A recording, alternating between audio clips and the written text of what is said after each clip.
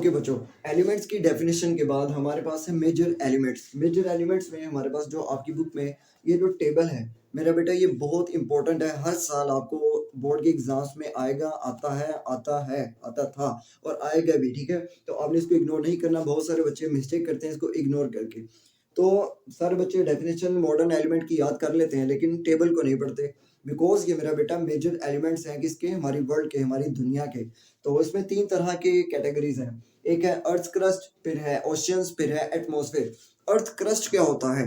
Earth crust मेरा बेटा, let's suppose आप इमेजिन करो ये हमारी वर्ल्ड है, हमारी दुनिया है। तो हमारी दुनिया के ऊपर वाली जो सरफेस है, जो हमारी दुनिया के ऊपर वाली सरफेस है, लेट्स सपोज हम जहाँ पर अभी खड़े हैं, अब जहाँ पर अभी बैठे हो, ये सरफेस है किसकी, हमारी अर्थ की। तो ये क्या है? Earth crust. अर्थ की क्या है? क्रस्ट है। अर्थ क्रस्ट में 3 तरह के मेजर एलिमेंट्स हैं, 3 तरह के। वो कौन कौन से हैं? Oxygen 47%, silicon 28%, aluminium 7.8%। अब ये जमीन पर ऑक्सीजन क्या करती है? जमीन पर ऑक्सीजन का क्या काम है? अरे बेटा, हम जिंदा है ऑक्सीजन की वजह से, पौधे जिंदा है ऑक्सीजन की वजह से, क्योंकि हम ऑक्सीजन को इनहेल करते हैं और जो पौधे हैं, दरख्त हैं, वो ऑक्सीजन को एक्सहेल करते हैं। ठीक है, उसके बाद सिलिकॉन। सिलिकॉन क्या है? रेत। जो हमारे मकान बनते हैं, जिसके साथ बिल्डिंग्स बनती हैं, हॉस्पिटल्स बनते हैं, वो क्या है? सिलिकॉन। वो इतने परसेंट है इस दुनिया में। उसके बाद 7.8% है एल्यूमिनियम। एल्यूमिनियम की ज्यादातर खिड़कियां होती हैं, दरवाजे होते हैं, जो ग्रीन कलर की है और ग्रे कलर, सिल्वर कलर की, जो 2 कलर्स हैं इसमें एल्यूमिनियम है। ठीक है, वो है। उसके बाद बात आती है ओशियंस की, समुंदर, दरिया। इसके अंदर किस तरह के जो मेजर एलिमेंट्स हैं वो कौन कौन से हैं? ऑक्सीजन है मेरा बेटा 86%। जैसा कि आपको बताया, ऑक्सीजन क्या करते हैं? ऑक्सीजन को हम इनहेल करते हैं। लेकिन पानी के अंदर ऑक्सीजन कैसे आ गई? समुद्र के अंदर जो है ऑक्सीजन 86%। इतनी ज्यादा ऑक्सीजन, इसका मतलब तो ये हो सकता है कि हम शायद पानी के अंदर भी सांस ले सकते हैं। मेरा बेटा, ऑक्सीजन है उसमें, लेकिन हम उसमें सांस नहीं ले सकते, बिकॉज उसके साथ और भी बहुत कुछ है। ठीक है, वो भी अंदर जाएगा और हम, ठीक है। उसके बाद हाइड्रोजन। समुद्र के अंदर ऑक्सीजन 86%, हाइड्रोजन 11%। ऑक्सीजन और हाइड्रोजन मिलकर वाटर बनता है, H2O, पानी बनता है। उसके अलावा क्लोरीन 1.8%।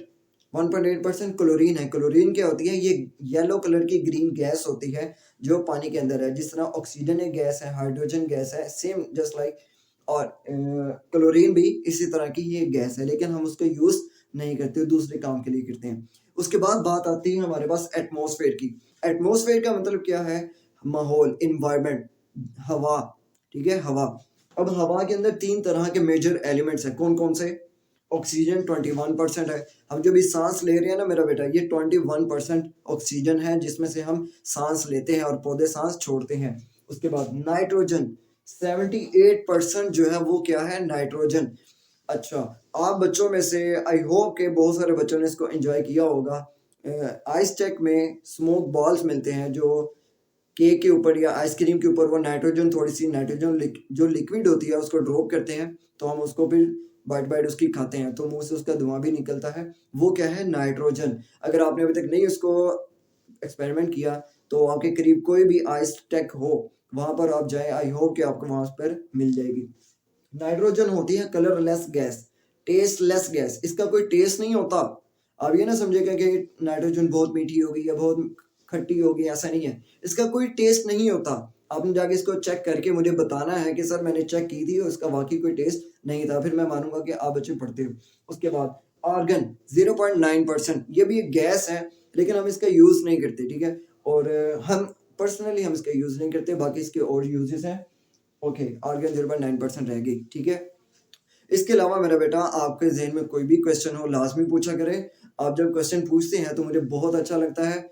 इसी तरह क्लास लेते रहें। सारी बुक आपने कंप्लीट करनी है, अपने नोट्स बनाएं। साथ साथ जो भी वर्ड आपको अंडरस्टैंड ना हो रहा हो, आपने फटाफट मुझसे पूछना है। आपने पूछना है, कोई भी वर्ड छूटने ना पाए। ठीक है, जस्ट जैसा कि clear your every word and every concept. इसका मतलब क्या है कि अपना हर एक एक वर्ड जो है वो क्लियर करे।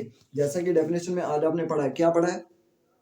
Modern definition. मॉडर्न का मतलब क्या है? एडवांस। डेफिनेशन का मतलब क्या है? उसको डिफाइन करना। एलिमेंट क्या है? हमारी बॉडी या कोई भी चीज।